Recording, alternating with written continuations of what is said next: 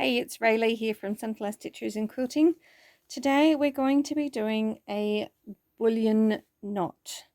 This is also called a coil stitch or a grub knot, a worm stitch, and sometimes Puerto Rico rose.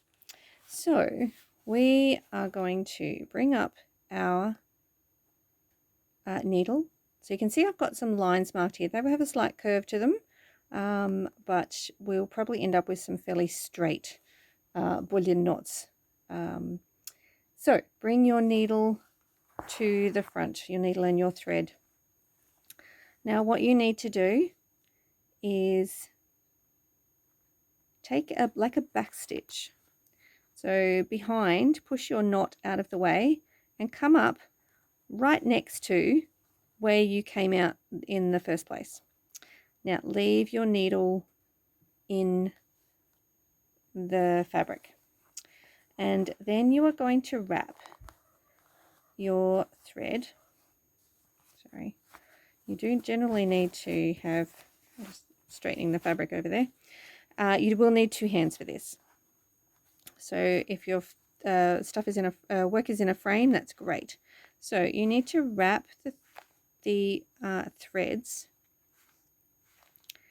around your needle, and you're going to have enough wraps to cover the length of your stitch. I'm just going to zoom in there and come back to the center. So the amount that you have wrapped around your needle needs to be the same length as the stitch that you want to take. So don't go too many or you end up with a bit of a curve, which you can do, that is an effect, but I'm going to leave it at that. So I didn't actually count, but I'm going to leave it at that. And then keep some pressure on this thread. So I'm going to zoom back out again. Oop, not in, out.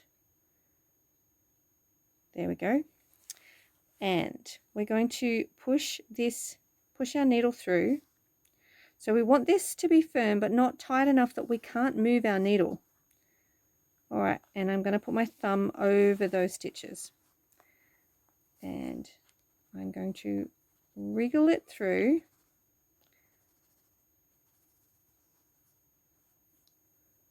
If you have a milliner's needle, that's a great idea because it's the same size all the way through.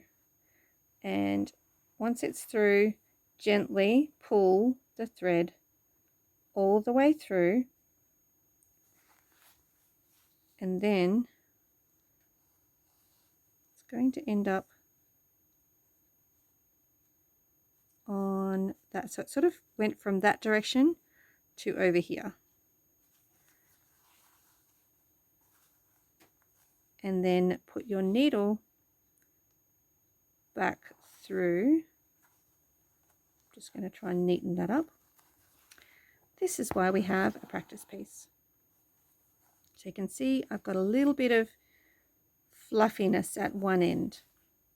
So let's try that again. I'm going to come up at this next one. Bring my needle to the front. And I'm going to stitch here and come back out close to where I came out the first part, so like the first part of a back stitch. We're going to wrap 2, 3, 4, 5, 6. Don't wrap them too tight. 6, I might go 7. And I'm going to gently place my thumb on top of those wraps. Now this is the bit that I find the trickiest. Excuse my hand in front of the camera. But we need to get the needle. I haven't got the best needle for this.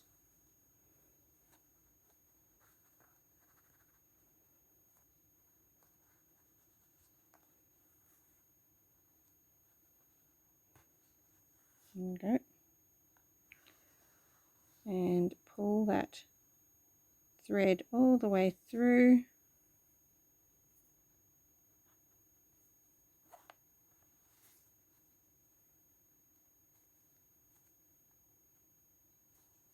And so I've sort of finessed it a little bit, and then take your needle back to the back. So there you go. See, that one was much neater. Let me come a little bit closer. This is in a darker thread. All right, coming up at this one.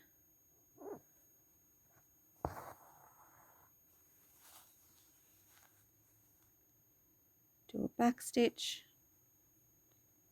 back to the beginning. Now I'm going to test by wrapping a fair bit looser if I can. All right.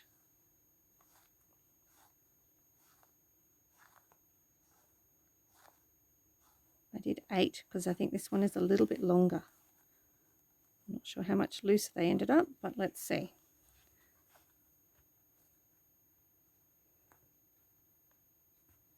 There we go. I managed to get that through a fair bit easier. Pulling all the extra thread through. And then it's going to take that last bit and be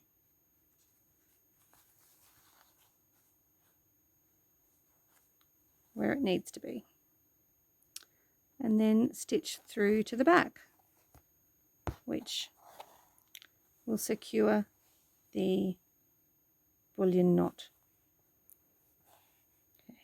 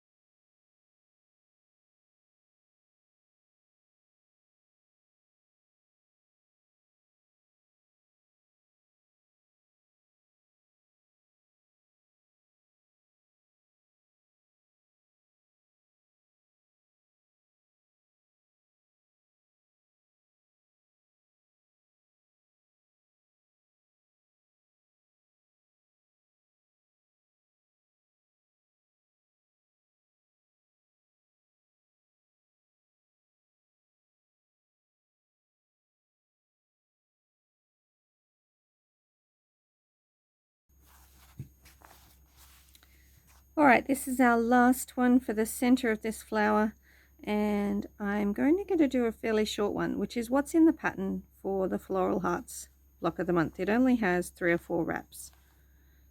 So 1, 2, 3, 4, and pushing that through. Now I've got my thumbnail sort of holding those stitches. Oh, I've just managed to unthread my needle, but I can keep going.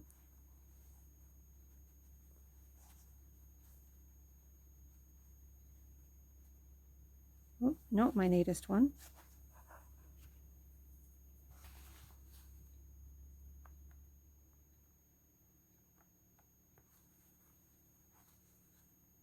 Nope.